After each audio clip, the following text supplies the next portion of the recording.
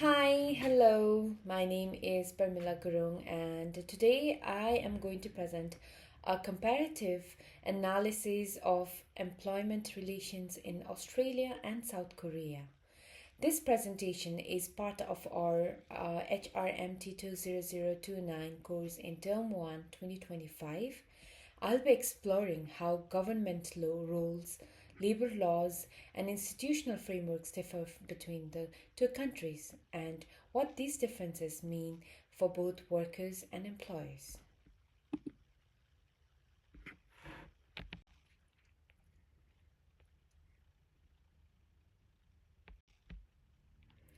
In Australia, the Fair Work Commission is the main workplace tribunal. It handles disputes, approves enterprise agreements, and sets the minimum wage.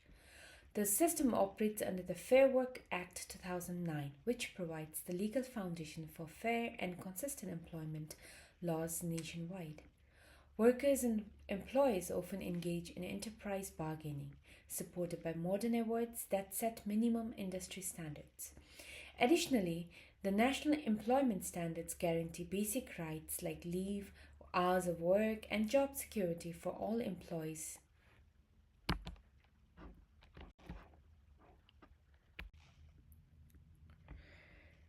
In understanding South Korea's employment relation, it's important to recognize four defining features. First, South Korea has a state led developmental model. Historically, the government has played a very strong role in driving economic growth, including shaping labor policies to support industrialization and global competitiveness. So, second, we must consider the influence of chaebols. These are the large family owned business conglomerates like Samsung and Hyundai.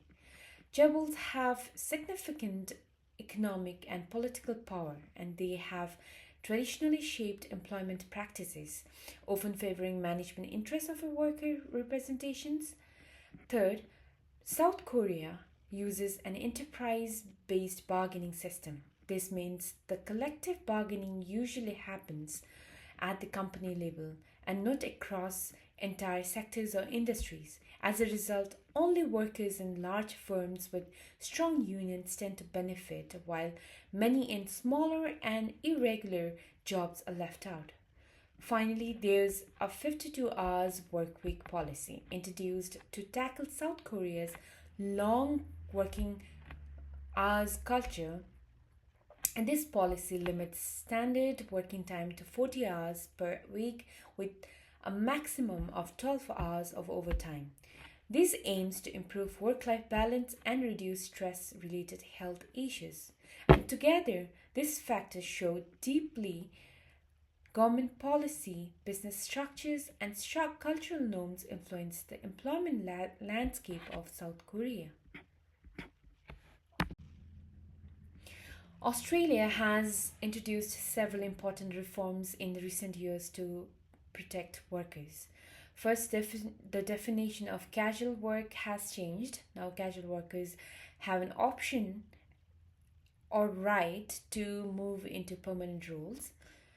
And also, multi employer bargaining is now allowed. This means the groups of employees across the same industry can negotiate with workers collectively.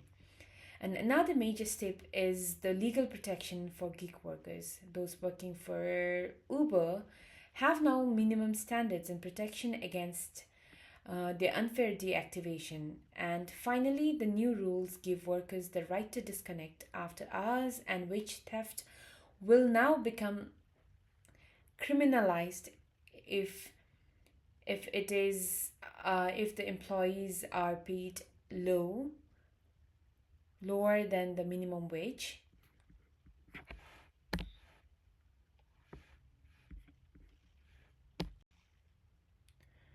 South Korea's government has also been active in strengthening worker protections, and one of the biggest changes that happened recently is the 52-hour weekly work cap, and this includes 40 regular hours and 12 hours of overtime.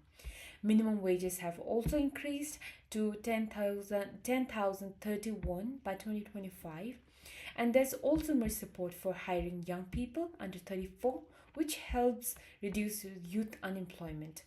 And there is also a program to train them. And uh, the last change they have made was to address harassment at work. South Korea has updated its Labor Standard Act to ban workplace bullying and sexual harassment, which includes freelance workers and platform workers. Yeah. In both the countries, the government institutions play a major role in employment relations. In Australia, the Fair Work Commission handles wage setting, dispute resolutions, and enterprise agreements. The Fair Work Ombudsman ensures compliance and investigates problems like underpayment or contracting. In South Korea, the Ministry of Employment, Labor, and Labor Relation Commission handles similar duties but with more direct government involvement. And these bodies help to set the tone for how fair and cooperative workplaces are across both the nation. Australia and South Korea have very different legal systems around work. In Australia, the Fair Work Act provides a strong legal framework for employee rights and bargaining, but in South Korea, there's a clear divide between standard and non standard workers. Full time workers have good protections, but temporary or gig workers still face a lot of insecurity. So, while both the countries have solid labor laws, but they differ in how inclusive and enforceable those laws are. And when it comes to collective bargaining, Australia is moving toward broader structures. Multi employer bargaining now allows groups of employers to negotiate together with workers, especially in low wage industries. And in South Korea, collective bargaining mostly happens at the company level. And although sector wide bargaining do exist, it is not very strong. The challenge for both the countries is making sure bargaining works fairly for all the workers, not just those in big and formal workplaces, but for all. And these reforms and structures affect different stakeholders in different ways. In Australia, employees are getting more protection, more legal options, but employers have to follow stricter rules, face higher compliance cost. Whereas in South Korea, workers benefit from stronger laws, but companies, especially smaller ones, say the laws and the rules imposed on them are too strict and hurt their competitiveness. And unions in both the countries are also adapting new rules, especially as work becomes more casual and digital. Politics play a big role in shaping these employment systems. In Australia, recent reforms show a clear political shift towards fixing wage inequality and insecure work. And in South Korea, reforms often meet resistance from conservative lawmakers and business groups. Both the countries are under pressure to balance economic growth with fair working conditions, especially with challenges like automation, aging populations, and changing work patterns. So, what's next now? For the gig economy, Australia should make gig worker rights clearer, and South Korea should rectify international labor conventions to protect platform workers better. As both countries face aging populations, so they should actually focus on training programs, skilled migrations, better family practices or policies. And automation is also reshaping jobs now, and Australia needs to help regions hit by industrial change, and South Korea must focus on upskilling workers. Also, both the countries needs to have a stronger reinforcement.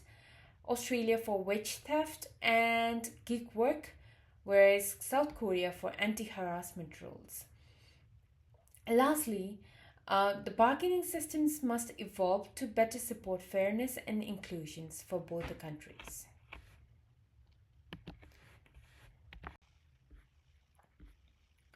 In a nutshell, both Australia and South Korea are working together to improve employment relations, but in different ways. Australia is moving towards more regulation, trying to fix gap in gig work, wages, and bargaining, whereas South Korea is also strengthening protections but also overcoming the traditional hierarchies and rapid changes. In both the countries, strong institutions and fair laws are key to ensuring workers are protected and there is the opportunity for the business to thrive. So, here are the key sources used in this presentation. They include academic journals, government reports,